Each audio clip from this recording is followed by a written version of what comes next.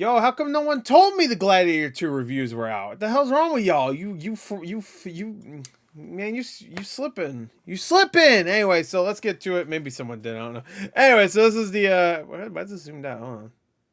Is that good? Yeah, that's fine. Anyway, so this is it? Hold on. Yeah, I guess that's fine. Anyway, this is wait, is it? Hold on. Yeah, that's fine. Anyway, so welcome to the first review. Yeah, there you go. Of Gladiator 2. First reviews are out. I saw one review that came out. It's all right. It was like all right review, and let's just say that. But let's go. You know, it's gonna be quick because I don't think anybody will care. I mean, not that they don't care about Gladiator 2. I don't care about my reaction to the fucking reviews. Anyway, let's get to it. Let's go. Let's check this out. Oh, I guess I should make a guess, right? Don't spoil. I'm gonna say 65%. That's my guess. I think it's still gonna be pretty positive, but I don't know. Anyway, let's go. Oop. Oh, okay. Oh, okay. All right, that's pretty good. I'll take that. 77%. That's actually way better than I thought it was gonna be. Okay. 6.8. All right. Well, that's fine. I mean, the first Gladiator has like an 80, I think, and I love the first Gladiator. So, right? Doesn't it have like an 80 or something? 79. See, it's pretty close. I don't know why it's that low, but whatever. Oh, it's historically inaccurate. Shut up! You're historically stupid and ugly, and you smell. Anyway, so no. Anyway, no, you're probably beautiful actually. Fuck you. Anyway, all right. So yeah, let's read this. Actually, this will be one of the first times where I actually can read. Well, first of all, this is gonna be one of the first times in a little while where I can actually see a thermometer, because usually I'm here like an hour after the reviews come out and there's still no thermometer. But this is actually also one of the first times in a long time where there's a consensus. Echoing its predecessor while upping the blood sport and camp. Okay. Upping the camp, huh? Gladiator 2 is an action extravaganza that derives much of its strength and honor from Denzel Washington's scene-stealing performance. That's not surprising at all. Is everybody else good in it, though? I bet Pedro Pascal's barely... He's in it, I'm sure, but he's probably barely a presence. Every time I watch a trailer, it just seemed like he's just kind of like there. He's like, I am General Man. I will fight. You know what I mean? You know? Anyway, we'll see. I also don't know how I feel about them retconning him to be Maximus's son. I know there's always been theories about because they knew each other in the past. Fuck, what's her name? The Queen. Does it say her anyway? Whatever. But yeah, that's a retcon because they didn't. It 100% is, unless in the movie, I mean, whatever. It's a retcon. I'm sorry. Anyway, so let's get to it. Let's check this out. Let's go. All right, brimming with stellar performances, well-directed action sequences, and effective themes, it shows what a potent legacy sequel should be like. Okay, good news about the new film is that it's every bit as eye-popping and outrageous as Gladiator sequel should be. Cool. Sounds good to me. However, while the film is a violent delight to watch, it's best suited for the big screen. The action and acting live up to the original, but unfortunately, the story and dialogue don't have the legendary feeling the original did. That's not surprising. There is nothing wrong with a grunting, violent, ancient Roman holiday, especially when it boasts a supporting performance as delicious as Denzel Washington's Machiavellian is that Macrinus? Whatever, fuck. Machiavellian, whatever the fuck his name is.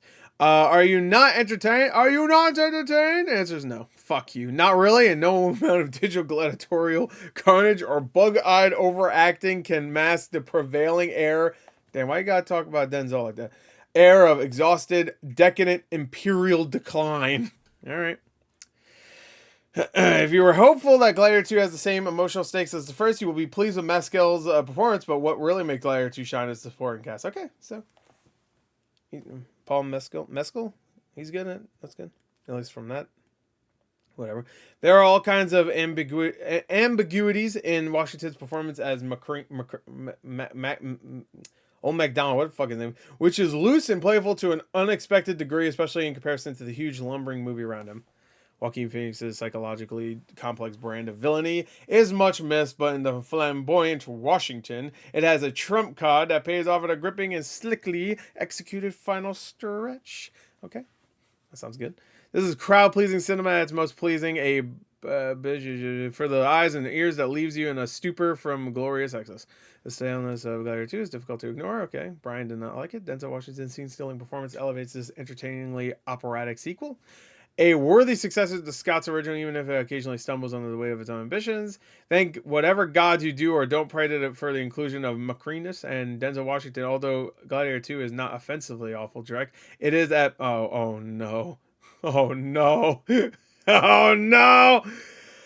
Surprisingly mid. Less a sequel to the iconic 2000 Oscar-winning film and more the latest generic Ridley Scott movie. Washington and Pascal come off best, but the script is extremely convoluted. The score, visuals, and sound mix are all weak. Shut up, go get punched by Bill Murray again. Anyway, it's the grand... No, I'm just kidding. Yeah, that's my girl. All right, nobody make fun of her. Anyway, it's the grand journey of Gladiator 2 that makes for the most entertainment, and in that regard, you cannot fault this rousing, well-acted sequel. For all its minor faults, it's well worth the price of admission. A cinematic orgy, to be sure. Well, I didn't know this is Caligula, but this visual feast might leave you hungry for more. Often adheres to a similar narrative as the original, but makes up for any familiarity with a welcome dosage of camp sensibility. Or sensibility, just one. Big screen entertainment of the first order! It's far from his best work, but the return to form by Scott is notable. Proving, did you see The Last Duel? Proving that he still has the cinematic power. Did you see no one saw The Last Duel. No one saw it. Power to visually engage and excite audiences. Are you not entertained? Well, Scott still possesses the magic. Gladiator 2 is not as emotionally gripping as 2000's Gladiator, but this action sequel delivers the expected epic battle scenes, incompetent acting, shallow characters, and phony-looking fight beasts are part of this predictable story. A fresh thermometer burner. Big screen entertainment of the first order again, just in case you didn't fucking read it the first time. All right, so we're just gonna repeat the same fucking reviews, huh? CG, wait, 24, I don't give a fuck. CG rhinos, apes, sharks, and warships take up space in Ridley Scott's digitally re-rendered Coliseum. $300 million and they look bad. Wow. But he's at a loss with what to do with them. It's just a bunch of pixels at war with each other with human stakes left to bleed out. I mean, they used a real lion in the first movie. They just did some camera trickery and shit to make it look like they were there, right? Some digital stuff too. And I'm pretty sure they did what is it called? Where you take two of the same shot and splice them together. Fuck, what is that called again? Yeah, whatever. Gladiator 2 has its twists and turns and fucking whatever. Well, Gladiator 2 does entertain. It departs from its predecessor's original tone and character development in favor of a sequel that goes through episode legs to win over the crowd. Gladiator 2 only works when it's weird. Gladiator 2, not Gladiator 2, Gladiator. Gladiator 2 is bigger, louder, and uncut when more fragmented than its predecessor, but not better. It looks strong, but lacks emotion, and concludes with a terrible finale. Oh, wait, that's the first time the other person said it was good. People were understandably very weary of a sequel to Gladiator, but it justifies its existence. It's a more complex story that initially feels like it might just repeat the first film's plot, but it turns out to be doing something different. Okay. The movie definitely has some entertaining stuff in it. That's a good review. The read right after. That was Jeremy Jones. That was a very basic review for Jeremy Jones, though. Yeah, some good stuff. I don't know. Fuck it. No alcohol required. No. Not without its flaws. It delivers plenty of intense, jaw-dropping moments, which stand out performances from Denzel and Paul. The film keeps you thoroughly entertained from start to finish, offering sharp dialogue and expertly crafted fight scenes. Do you like? All right, we're done. Anyway, it's much easier to read this when I do that voice. Maybe I'll just only do that voice for now.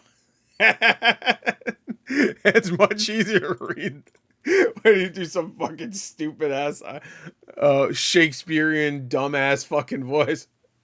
Anyway, it sounds good to me. I mean, there's obviously a lot of reviews saying you're not gonna be blown away by a lot of the characters, and a lot of CG doesn't look great. which is crazy considering how fucking expensive this movie is. It's so expensive. I want to see what the budget was at again. Gladiator 2. It costs $250 to $310 million. That is insane. I'm excited to watch it. I want to see it in a big screen, but if the fucking, I don't know, if it's that bad when it comes to the CG, maybe it doesn't really matter. I mean, I guess they weren't saying it was like terrible. I shouldn't go that far, but yeah. Anyway, Lucella, that's her name. That's the queen's name. Anyway, that's the queen. Yeah. So I guess she was a queen. I don't know why I call her queen. She wasn't really a queen. Whatever, you know. Who gives a shit? Anyway, so there you go. That's it. Bye.